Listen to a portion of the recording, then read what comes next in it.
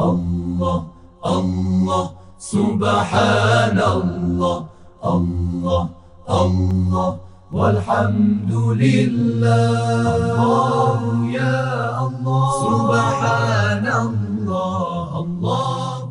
Assalamu alaikum warahmatullahi ta'ala wabarakatuh. Inshallah nataraji mko wazima, inshallah sisi hapa tuko poa. Na kama ada katika podcast yetu hii tumewalika mashekhe zetu na tuko nao si mwingine bali ni Sheikh Ahmed Haj Watako ambaye ni mtaalamu wa masuala haya ya sheria. Sasa hivi anamaliza masters yake katika chuo kikuu cha Ahlul Bait, na tunaye Hajaga au shekhe wetu mkuu mkufunzi na ni ustadhi wa walimu ambaye ni mtaalamu hasa katika masuala haya ya sheria ya Kiislamu na sheria nyinginezo na uwanja mpana kabisa wa Uislamu, na ni shekhe wetu Sheikh Salim Mwega. Kama ada ni mimi wako Suleiman Ali. Isichukue muda mwingi. Katika podcast iliyopita tulijadili historia ya Kadhi Court au mahakama ya kadhi, yalianza wapi na ilikuwaje mpaka East Africa tukaya nao. Tukaona kwamba koti hizi au Kadhi Court, mahakama haya yamekaa Kenya kwa muda wa zaidi ya miaka 1000 ikiwa tutasema, na kuthibitishwa kwamba Uislamu uliingia East Africa hapo mwanzoni kabisa mwa Mtume Muhammad sallallahu alayhi wa alihi wasallam. Sheikh wetu aliweza kuashiria katika historia katika mwaka 1333 alipokuja Ibn Battuta, aliweza kunukuu ya kwamba amepata mahakama ya kadhi inafanya kazi katika miji ya Lamu na miji ya Afrika Mashariki. Tulikomea katika kipande hiki cha baada ya wakoloni. Wakoloni walikuwa na msimu huu, yani walipoingia walikuwa na njia mbili ya kuamua utawala wao. Ima wao wenyewe watawale mbivu na mbichi ya ukubwa na dogo yote wachukue na watawale kwa mfumo huo, au mfumo wa kwamba wao watawale yale ambao ni makubwa na yale madogo waachie jamii yenyewe ijiendeleze. Wakaonelea ni vyema waachie jamii ijiendeleze katika mambo haya madogo na wao wachukue yale ambao ni makubwa ya kufanya utawala. Katika mwaka wa 1963 1963 Kenya inakuwa independent. Sasa utawala wa ukoloni unatoka, unaingia utawala mwingine ambao ni utawala huru wa Afrika wenyewe. Lakini wanaamua kwamba Kadhi Court lazima ibakie. Ni kwa nini? Sheikh alikuwa ameweza kuashiria baadhi ya nukta ni kwa nini ilibakia. Kulikuwa na baadhi ya mikataba hii ni ipi? Ungana nasi mpaka mwisho tuweze kujua zaidi. Assalamu alaikum warahmatullahi wabarakatuh. Wa alaikum salam warahmatullahi wabarakatuh. Ustadh Ahmed, kwema? Alhamdulillah kwema. Naona leo mashallah. Naam. Umejinini vizuri, umejihami vizuri. Nimejihami vizuri. Tatizo mwelekezi bado amekuletea maji, lakini inshallah atakuandalia chai. Mambo ya Sheikh Muhammad. Naam ustadhi, karibu. Asante.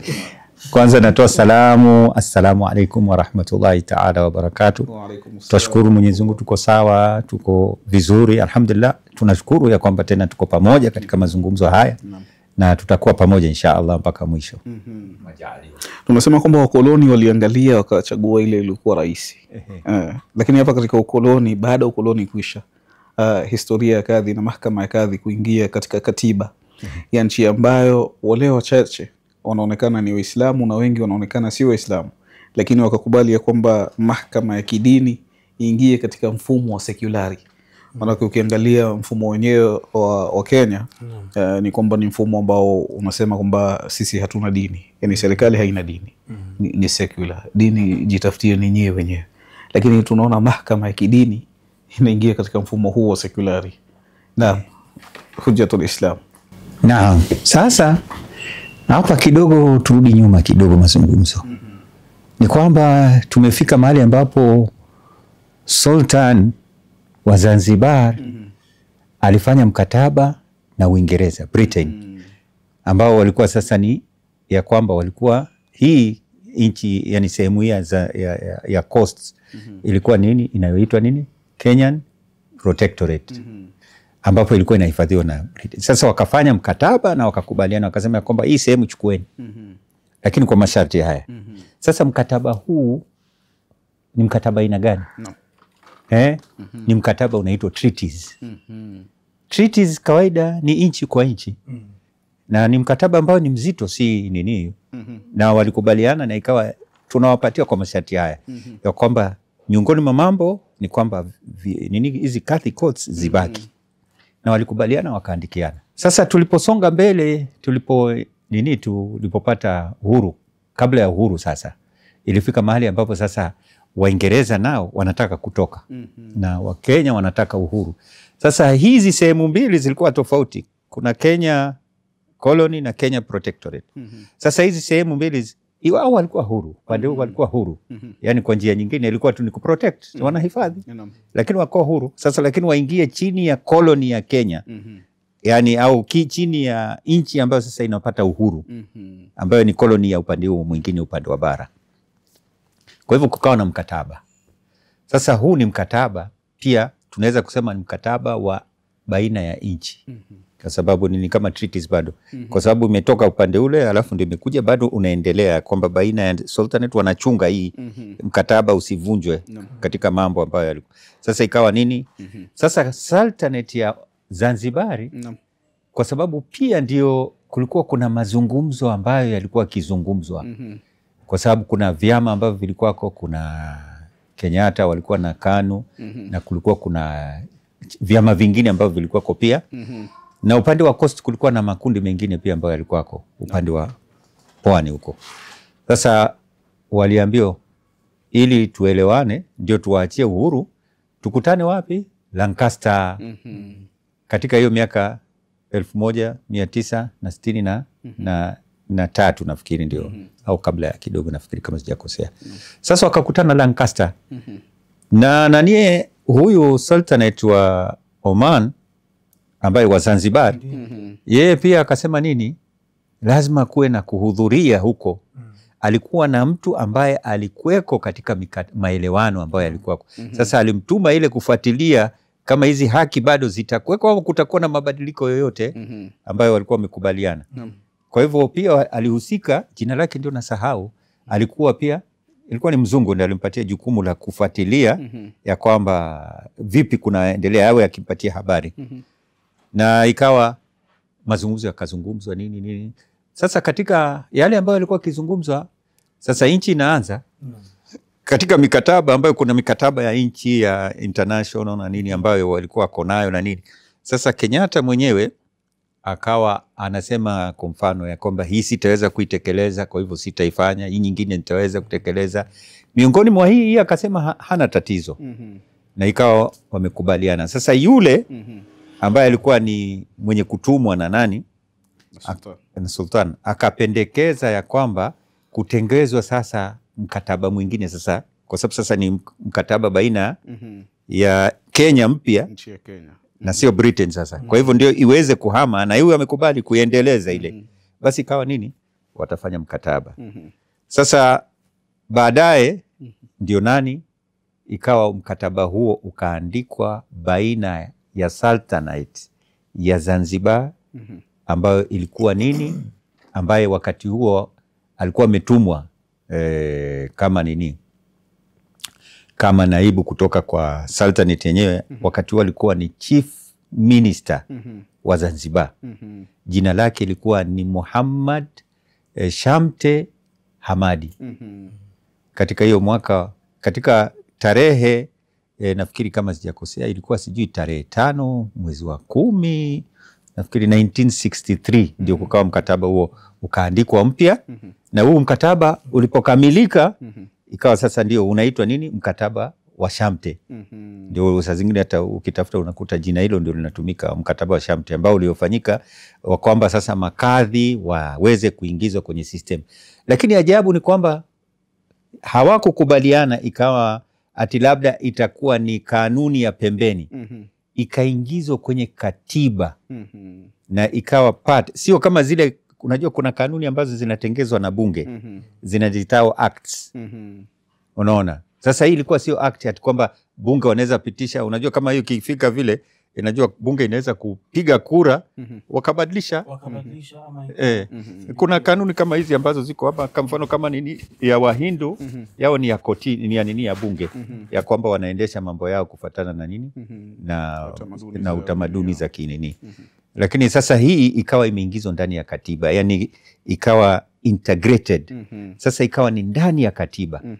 Sasa hiyo ndio mojawapo ya sifa nzuri ambazo ziko kwenye nini, na ikawa nini, watakuwa wakiendesha mambo yao haya matatu hasa.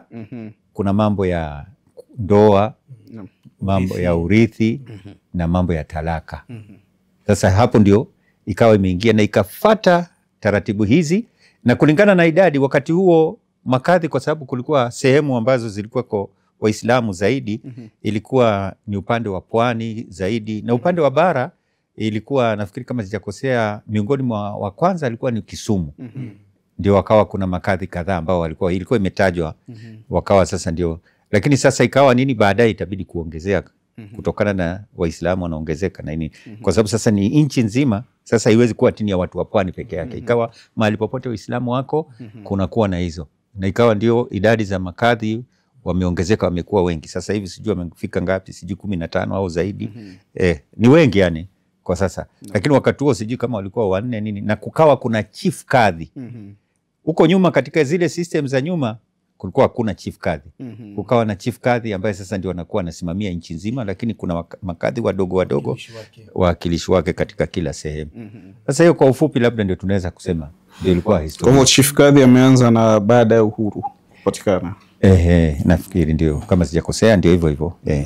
Sheikh, na pengine tungependa kuongeza nukta hapo. Naam. Ni kwamba huenda wale ambao kwamba baada ya makubaliano baina ya hizi nchi baina ya Kenya na ninio, ni kwamba huenda katika kukubali na baada pia ya kupitisha katika hii constitution yetu mpya, ni kwamba walidurusu na wakaona kwamba hawa Waislamu kama jamii wako na hizi masuala ambazo kwamba kadhi anafaa ku play role yake kama kadhi. Kwa hivyo nafikiri walilahidhi wakaona kwamba kuna masala muhimu ambayo kwamba katika kwa kusema kweli katika society ya Kiislamu, na hata kama si society na kando na society ya Kiislamu zipo. Mathalan ukiangalia masala na urithi ni kitu ambacho kwamba ni cha msingi, ambayo kwamba utapata kweli kuna Wakenya ambao kwamba ni Waislamu, na hao Waislamu watakapofariki sheria zao za kurithi ni vipi? Maana utapata kwamba pengine baada ya mtu kufariki utapata wale watoto wanapigana na vitu kama hivyo.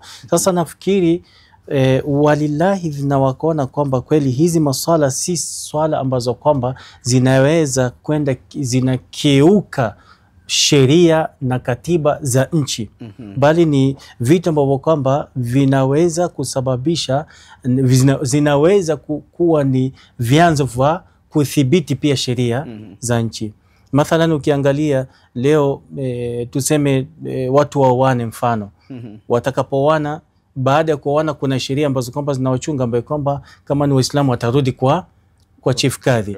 Mfano hiyo swala nyingine ya nini ya kuachana, watakapoachana kuna sheria ambazo kwamba zinawalinda, kwa hivyo lazima warudi kwa chief kadhi. Kwa hivyo nafikiri walikuwa ni wenye kudurusu, ndio wakasema lazima tupitishe swala hili.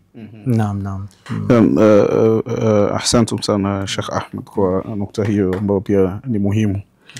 Kama vile Haja Ghali ya sheria ni kwamba kadhi wa kwanza wa Kenya alikuwa ni Sheikh Abdullah Saleh Al-Farisi.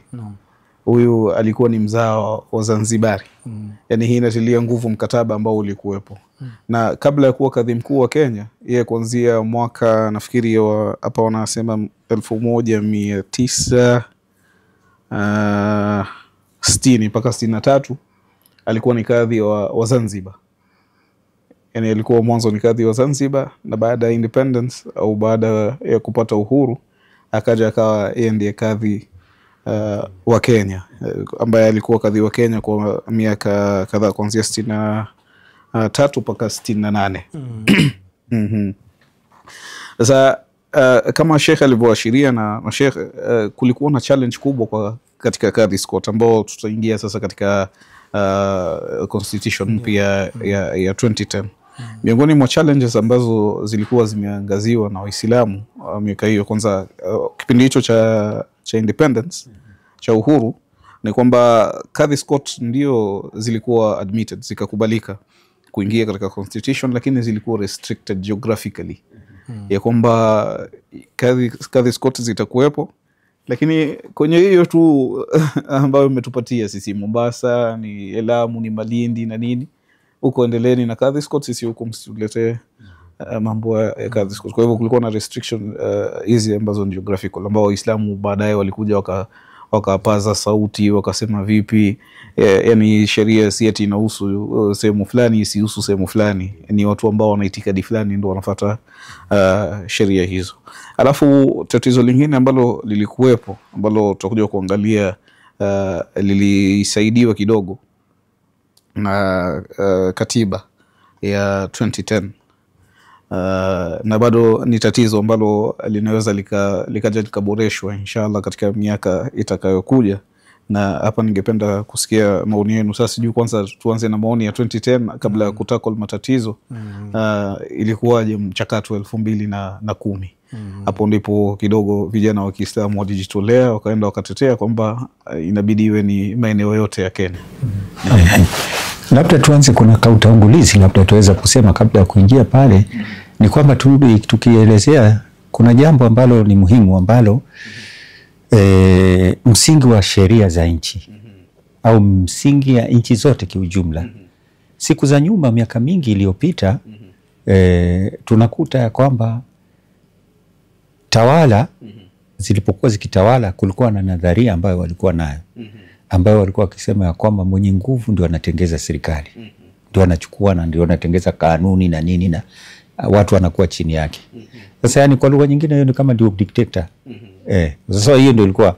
Lakini baadaye kuna watu ambao walikuja katika nadharia katika Ufaransa, kwa mfano kuna Jean-Jacques Rousseau alitoa fikra, na miongoni mwake wao pia kuna kabla yake pia wengine ambao walikuwako, ambao walikuwa kitu Hobbes, kitu kama hicho, na wengine kama hao ambao walikuja nadharia ambayo ilikuwako, walikuja wakatoa wakasema ya kwamba kuna kitu kinaitwa mkataba wa kijamii, social contract. Ndio wakasema ya kwamba mtu anaingia chini ya serikali au katika hii jamii ambayo sasa inakuwa na kiongozi na nini na kufuata hizo sheria na nini, anaingia kwa njia gani? Ni kwa kulazimishwa au kwa sababu fulani ana nguvu ndio amekuja ametawala? La, wanasema ya kwamba ni kwa sababu ya nini, kwa njia ya nini, ya mtu kufanya makubaliano, maelewano, mkataba wa kijamii, ya kwamba yeye anakubali nitaangusha baadhi ya haki zangu kwa ajili ya nini, ya kukupatia wewe ndio upate uongozi usimamie, lakini na kando ya hapo na mimi pia nipate haki zangu zile ambazo ni muhimu sana. Kwa hivyo nimeacha baadhi ya mambo, lakini nimechukua baadhi ya mambo. Sasa kwa msingi huu nchi nyingi zilikuja zikatawala, na ndio sasa hivi ndio hii inatawala sehemu hizi. Nadharia hii ndio inatumia dunia nzima. Na ndio hata liberalia au democracy zinafuata hivyo. Kwa mfano democracy wanasema ni government of the people, by the people, for the people. Sasa yani kwamba imetengezwa na watu na wamenyewe kwa ajili yao, wenyewe ndio wanachagua. Na hata tukirudi pia hata kwenye katiba yetu ya Kenya wanasema sovereignty ni ya nani? Ni ya people. Yani kwamba wao ndio wenye kumiliki, wao ndio wanaamua kile watakachofanya nini. Sasa sasa ndio inataka nini? Ndio katika watu ndio waweze kuhusika. Lazima tuangalie watu hao ambao wako hapa kwenye hii ardhi, katika hii jiografia wako tofauti. Kuna Waislamu, kuna kabila fulani tofauti, kuna Wakristo, sijui, na wote ana system yao wanaishi nayo katika nini, yani ni community kadhaa zinatengeza hii society. Kwa hivyo kwa upande huo lazima tukubaliane ya kwamba vitu hivi au mambo haya, maisha yetu tutapata haki zetu vipi? Tunaacha haki zingine na tunatengeza nchi.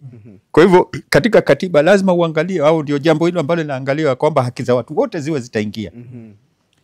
Kwa hivyo kwa upande huu ndio ikawa jambo hili lazima kukawa kuna vikao Bomas huko. Hiyo 2010 Bomas watu walikaa, na watu wengine pia wa kawaida walikuwa wakijazia tu kwamba tu wanahusika tu ni wakubwa wa serikali. Lakini walikusanya maoni. Watu walikuja, walikuja ndio nini, walihusika wakatoa maoni na nini na nini, na zikaangaliwa pia katiba zote, mikataba ya huko nyuma nini. ndio ikawa imeangaliwa. Sasa ikawa nini? Sasa tukirudi pia kwenye nukta nyingine, kwa hivyo katiba inaandikwa kwa misingi au source tofauti tofauti. Tukirudi Kenya tunakuta ya kwamba source ambazo zinatajwa za sheria ni kadhaa. Kuna inayoitwa common law ambayo ni ya Uingereza, ambayo ilikuwa inafuata common law, yani kwa Kiarabu ndio ina al-urf, kanun urfi, ambayo sasa inaangalia watu vile wanavyoishi nini. Alafu kuna nini, customs za watu. Yani kuna kabila tofauti tofauti, wa Kikuyu, wa Jaluo, wa Masai, sijui wa Kalenjini na nini. Kila wote wana customs zao, na kuna njia zile ambazo hizo pia zimeingia kutengeza katiba. Alafu jambo lingine pia ambazo ni kanuni za Kiislamu, sheria za Kiislamu pia zimeingia ndani. Alafu jambo lingine ambazo sasa nazungumzia zinazotengeza sheria yote kwa mfano Kenya. Alafu kuna nini? Hii nyingine ni nini? Sheria ya ulimwengu au ya nchi zote, international laws. Hizo pia zinaingia na zinatawala nchi pia kwa upande huu. Kwa hivyo kwa ujumla tunakuta ya kwamba Uislamu pia umeingia katika kutengeza sheria zetu za Kenya pia. Na ndio hiyo sasa ilikuwa integrated. Kuna nchi tukiangalia wenyewe wanasema kuna dirasa ambayo ilifanyika, uchambuzi, walifanya nchi karibu 200 sijui na ngapi na 80 ziliangaliwa ni nchi gani ambayo sheria zake zinakuwa za Kiislamu zaidi, ambayo inafuata Kiislamu zaidi. Ajabu ni kwamba ilipatikana nchi ambazo si za Kiislamu zimeingiza sheria za Kiislamu zaidi hata kuliko nchi za Kiislamu. Na nchi ya kwanza ni Ireland. Ndio inahesabika ya kwamba ndio inafuata sheria si ya Kiislamu, lakini sheria zake ni za Kiislamu sana. Yani katika vipengee vingi sana inatumia. Ya pili ikawa ni Denmark katika uchunguzi huo. Na unakuta nchi kama Saudia inakuwa namba za huko nyuma. Na nchi Misri pia licha ya kwamba ina nini kwa jamii kubwa, ndio inajiita pia hata ni ya Kiislamu, ni nchi ya Kiislamu, lakini kutekeleza sheria za Kiislamu haitekelezi zote, inatekeleza baadhi. Sasa tukirudi katika huu mwaka wa 2010 tunakuta ya kwamba sasa yalikuwa ndio mvutano itatengezwa vipi, lakini kwa sababu ya kuwa lazima watu wote kama wananchi wao wataingia katika huu mkataba, ndio ikawa nini, na kulikuwa na mikataba ya nyuma ambayo ilikuwako, kwa mfano kama Uislamu, ndio ikawa imeingizwa katika nini, katika katiba ya nchi, na ikawa itaendelea na ikawa imepitishwa na ikawa iko na nafasi yake ile ile ambayo ilikuwa kutoka mbeleni. Naam, ahsantum. Naam, Sheikh Ahmed. Na pengine tungependa kuongezea yale ambayo kwamba ametangulia Haji Agha. Tungependa kuongezea lakini sasa kwa njia tofauti. Kulikuwa kuna dharura sana tena sana. Unaona utendaji kazi wa kabla katiba mpya na zama zilizopita, miaka 20 miaka 30 zilizopita, na utendaji wa kazi katika zama hizi ambazo kwamba sisi tupo, ambapo kwamba tunaita ni zama za ninio, zama za dijitali. Inafaa kazi iende kwa haraka, na Uislamu pia inakubali kwamba the more zama zinabadilika, kuna inaenda na zama vile inavyokwenda. Sasa tukirudi kwa swala la kadhi, tunakuta kwamba katika zama za nyuma na baada ya kupitishwa mkataba, ni kwamba tunaona kadhi alikuwa yuko sehemu moja, pengine vile Sheikh ametangulia, yuko katika sehemu ambayo kwamba Waislamu wako wengi, na tukienda zaidi ni Kisumu. Lakini tunaona baada ya kupitishwa ninio katiba, ni kwamba alhamdulillah kwa saizi tuna sehemu tofauti tofauti. Nafikiri makadhi saizi wanaweza kuwa wanafika karibu 17 katika nini. Hii yote ni kwa ajili ya nini? Kwa ajili ya utendaji kazi iwe na ukasi zaidi. Mfano lau tuseme kwamba tungekuwa na kadhi Kisumu peke yake na Mombasa peke yake, je, watu wa Western wangefikia vipi kadhi? Wakati ambapo kwamba tunaona society inapanuka zaidi, Mfano Mombasa society inapanuka zaidi, kwa hivyo tunahitajia utendaji kazi wa kadhi kwa haraka zaidi. Na ndio maana saizi tunapata kwamba tuna kadhi sehemu mbalimbali na wako karibu zaidi na zaidi katika jamii. Hata nafikiri saizi pia inawezekana kuwa baadhi pia ya mashekhe wamechaguliwa kufanya kazi chini ya kadhi. Wanapatiwa nini maalum na wanafanya ili kufikisha ile utendaji kazi wa kadhi iwe ni urahisi zaidi. Ni vizuri sana. Hiyo sehemu shekhe ametaja pia ni kuzungumza ni kwamba kadhi wa zamani kabla ya 2010 kulikuwa kidogo kuna mbano katika jambo hili. Yani ilikuwa haijafunguka sana yani kwa sababu wakati ule ilikuwa hijaangaliwa kwamba walioko Waislamu sijui ni dhehebu fulani wako dhehebu fulani zaidi walikuweko waliokuwa wakichukua sehemu, kwa sababu ilikuwa wengi ni madhehebu ya Shafi'i kwa sababu kulingana na idadi kubwa ambayo ilikuweko. Kuna madhehebu ambayo yalikuwako ambayo sio, yani walikuwa si wengi, madhehebu tofauti tofauti. Lakini sasa katika katiba hii kukawa ikawa inatilia mkazo ya kwamba makadhi wa hukumu kufatana na watu wote, yani wafuasi wote wa Kiislamu, yani kwa madhehebu yao kufatana na fiqh yao ambayo wanafuata. Kwa hivyo kadhi sasa hawi tu ni wa dhehebu fulani, bali anakuwa kwa kila dhehebu kunakuwa, ikiwa ana ujuzi wa kuhukumu haya mengine kwa fiqh yao hamna tatizo, la sivyo kama wengine kama hawawezi, basi kuna haki ya hao wengine pia kupata nini, ndio watu wote wapate haki yao. Hiyo ni kwa upande wa nini, wa upande wa madhehebu. Kuna jambo ambalo sijui kama lilikuweko kabla, lakini natumai lilikuweko pia, ya kwamba kuna jambo, kwa sababu ni koti kama koti zingine. Yani tukiangalia katika utaratibu yani ni sawa na magistrate court. Ndio kuna koti zingine ambazo ziko na nguvu juu, kuna high court, kuna supreme court, kuna nini na kuna koti kadhaa. Hili ni jambo ambalo katiba ya 2010 ilikuja ikaongeza. Maana kabla hapo walikuwa wamewekwa chini ya magistrates. Yani wao wako chini ya hizi subordinate courts. Sasa ilikuwa wako chini ya chini. Lakini kwa sasa lakini sasa hivi wamewekwa level moja na magistrate courts, yani ndio maana apili yake inaenda high court. Kama vile apili ya magistrate inaenda high court na sasa ndio tukirudi kwa upande mwingine ndio jambo hilo limeongezeka. Alafu kitu kingine pia kiliongezeka au sijui pia kama likuweko, lakini naona nikana kwamba kikuweko, ni kwamba kuna mawakili. Yani mtu anaweza kuwa ni Muislamu kwa sheria za Kiislamu, kukawa kuna wakili. Sio kadhi, lakini wewe kwa mfano kuna kesi ambayo iko, uwezo ukachukua wakili ambaye anajua sheria za Kiislamu na akawa atakutetea mbele, anakuja kwa sababu anajua sheria katika zile ikhtilaf.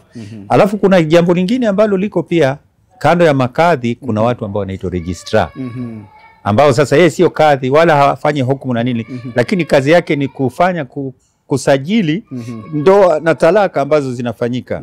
Na kuna wengi, sio kwa idadi ya maeneo, kwa sasa ni kitabu anapatiwa kile na yeye anahudhuria kwenye ndoa ambazo ziko, alafu anawapatia hao watu, wanakuja kwake kwenye ofisi na wanasajili. Sasa kwa hivyo kuna vitu hivi ambavyo viko na labda watu wengine hawajui kuna kitu kama hicho ambacho kiko, ya kwamba kuna mambo haya ambayo yako chini ya kadhi. Unaona, na ni mambo ambayo pia watu wanaweza kufaidika nayo pia vile vile. Kwa hivyo hatuwezi kukataa kwamba katiba mpya ilipokuja ilifungua na idadi pia makadhi pia ikaongezeka pia. Lakini swali ambalo lipo mara nyingi ni pale ambapo panapotokea utata, na huo ndo utakuwa mlango wa kuingia katika podcast zetu ambazo zitakazokuja kufuatia. Ni kwamba hii leo kuna challenge kubwa ya kwamba mtu akikataa, manake Kenya ni nchi huru. Mwisho wa siku watu watapelekana kwa kadhi, hukumu itolewe. Hukumu ikishatolewa, yeye isimridhishe, anakwenda kuapili kwingineko. Hapa kuna maswali mawili. Je, kwanza katika sheria ya Kiislamu kadhi akitoa hukumu, je kuna kuwa appealed decision ya kadhi? Hiyo ni kwanza. Alafu pili ambayo tutakuja kuangalia ni challenge. Huyu ambaye anapelekewa appeal, yani kesi inaletwa upya kwake, anakuwa ni jaji wa High Court ambaye hana utaalamu wa sheria za Kiislamu, kwa sababu kama jinsi ambavyo sheria hizi za kawaida inabidi mtu asome miaka nyingi, sheria za Kiislamu pia mtu anasoma miaka nyingi mpaka adiriki yani sheria yenyewe ilivyokuwa. Sasa hii challenge ya pili pia tunaionaje? Lakini kwanza ni hapa kwanza decision ya appeal making ipo, na ikiwa ipo inafaa ipelekwe kwa nani na inakuwaje swala hili? Ni lazima kwanza kabisa Waislamu, hii ni wasia nasaha kwa Waislamu kwamba watambue umuhimu wa Kadhi's Court. Isiwe kwamba kuna alternative kwa maswala na hukumu zetu sisi kama Waislamu ambaye kwamba mtu mwingine awe ni mwenye kutuhukumu. Kwa hivyo kwanza ni kwamba Waislamu watambue umuhimu wa zile koti kuwa na judgment ambaye kwamba kadhi atakuwa yuko nayo. Pengine baadaye iwe ni yenye tuwe ni yenye kuangalia au hata serikali yenyewe inaweza kuwa ni yenye kuangalia kwamba tuwe na court of appeal ambayo kwamba ni ya Kiislamu, ambayo kwamba itakuwa iko juu ya Kadhi's Court. Hiyo ndo pengine itaweza kuwa, lakini muhimu ni kwamba Waislamu wajue umuhimu wa Kadhi's Court. Akitakapopitisha hukumu, maana yeye anaenda na sheria ya Kiislamu, basi asiwe ni mwenye kuwa na shaka na ile hukumu. Namwachia Sheikh awe ni mwenye kumalizia. Kwa kuhusiana na jambo hilo ni kwamba kuna maswali ambayo yapo. Je, inajuzu kuvunja hukumu ya kadhi baada ya kuwa shapitisha? Yani kadhi mwingine anaweza kuja akavunja kadhi hukumu ya huyo kadhi mwingine? Hayo ni maswali ambayo yanahitaji kuzungumziwa kwa undani. Alafu pili, pamoja na hivyo tusiseme ya kwamba kuna vunjwa hii kadhi kanuni. Ni kwamba je, mtu anaweza kufanya rufaa kulingana katika Islamu? Kulingana na sheria ni kwamba ndio mtu anaweza kufanya rufaa na akawa amepandisha kesi hiyo. Inafanyika vipi? Hayo yanahitaji mazungumzo. Alafu tatu ni kwamba sasa kulingana na nidhamu hii, kwa sababu ilikuwa integrated katika nchi, inatimiza jambo hili ama haiwezi haijatimiza? Kikweli ni kwamba kulingana na nidhamu ambayo iliyoko sasa hivi ndio imekuwa integrated, lakini sasa kulingana na system ambayo iko haitatui tatizo hili. Kwa sababu nini? Kama pia vile ulivyosema ni kwamba huyu mtu ambaye ana tatizo, anashtakia, anataka yani ahukumiwe kwa njia ambayo kwake anaona ilikuwa si sawa. Hiyo hukumu ilikuwa si sawa, inatakana iangaliwe tena. Yeye akipeleka kwenye koti ya juu, koti ambayo inachukua ni High Court, ambayo High Court kulingana na vile ilivyo hakuna mwenye kujua sheria za Kiislamu huko. Kwa hivyo hawezi kuhukumu kufuatana na sheria hizi. Kwa hivyo hiyo itakuwa ni kama nini? Ni kuharibu zaidi, kwa sababu hata hukumu Kiislamu na kwa hivyo itakuwa imeharibu na atakuwa amevunja mkataba ambao ulikuwa, kwa sababu atakuwa ameingilia na kutaka kubadilisha sheria ambazo sio za Kiislamu. Na inatakikana sasa, tatizo ni kwamba kule hakuna ujuzi. Ima jambo ni kwamba kuwe na mjuzi huko apelekwa, kuwe na courts pia wawe na High Court pia vyao, au la sivyo katika hiyo High Court yenyewe kuna wajuzi ambao wanafuata sheria za Kiislamu ambao watakuwa kule. Kwa hivyo ikiletwa hapa watakuwa naweza kutatua. Au la sivyo kuwe katika hiyo kuwe na koti nyingine maksusi ambayo inakuwa ni kama High Court ya wakishindwa hapa kuna tatulika ama Court of Appeal. Na nisichukue muda wenu, tutamalizia katika kikao hicho kingine. Muda umetupa kisogo. Na kuaga kwa sasa, lakini tutakuwa pamoja katika podcast itakayofuatia. Mpaka tutakapoonana tunasema assalamu alaikum wa rahmatullahi wa barakatuh. Allah Allah subhanallah, Allah Allah walhamdulillah, Allah ya Allah subhanallah, Allah